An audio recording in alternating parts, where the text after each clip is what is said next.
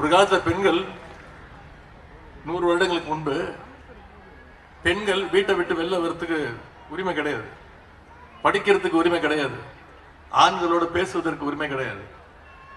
இதையெல்லாம் ஒழிக்கணும், பெண்கள் சமுதாயத்தில் முன்னேறணும்னு தான் திராவிட முன்னேற்ற கழகம் துவக்கப்பட்டது. திராவிட இயக்கம் துவக்கப்பட்டதே அதுதான் காரணம். தந்தை பெரியார் அவர்கள் பெண்கள் கையில் இருக்கக்கூடிய சமையல் கரண்டியை பிடிக்கிட்டு அவங்க கையில புத்தகத்தை கொடுக்கணும், பெண்கள் படிச்சு முன்னேறணும்னு சொன்னார். இன்னைக்கு நம்ம முதலமைச்சர் அவர்கள் புத்தகத்தை மட்டும் இல்ல, கூட லேப்டாப்பையும் சேர்த்து கொடுத்திருக்கிறார் நம்முடைய முதலமைச்சர் அவர்கள். அதனுடைய வெளிப்பாடு தான் இன்னைக்கு இத்தனை மகளிர் இவ்வளவு பெருமையோடு ஆட்டோ ஓட்டுநர்களாக அமர்ந்திருக்கிறீங்க. உங்களால் பார்க்கும்போது மிகுந்த பெருமையாக இருக்கின்றது. இன்னைக்கு சென்னையோட ஒரு அடையாளமாக இருப்பது இங்க வந்திருக்கக்கூடிய ஆட்டோ ஓட்டுநர்கள் நீங்க தான்.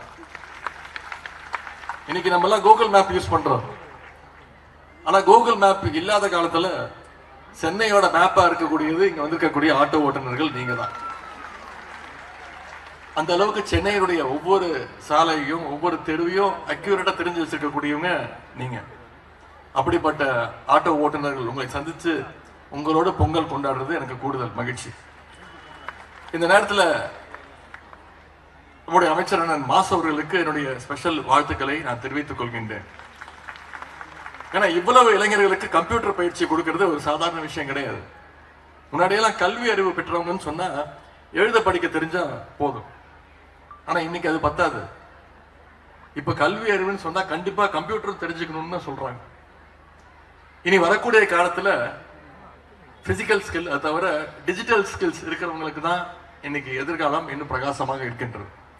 அந்த வகையில் இங்க இருக்கக்கூடிய 1500 மாணவ மாணவிகளுக்கு கம்ப்யூட்டர் பயிற்சி கொடுத்து அவங்களுடைய எதிர்காலத்தை இன்னைக்கு ஒளிமயமாக ஆக்கி கொண்டிருக்கிறார் அண்ணன் மாசு அவர்கள். அவருக்கு என்னுடைய வாழ்த்துக்களை தெரிவித்துக் கொண்டேன்.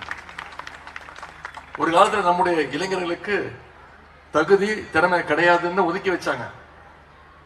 ஆனா நம்முடைய இளைஞர்கள், தமிழ்நாட்டு இளைஞர்கள் எங்களுக்கு வாய்ப்பு கொடுத்து பாருங்க, நாங்களும் சாதிச்சு காட்டுவோம் என்பதற்கு சொன்னாங்க. அதை இன்னைக்கு செஞ்சு காட்டிட்டு இருக்கிறாங்க. அதற்கு சாட்சியாகத்தான் இன்னைக்கு இத்தனை மாணவிகள் இளைஞர்கள் இங்க உட்கார்ந்து இருக்கிறீங்க.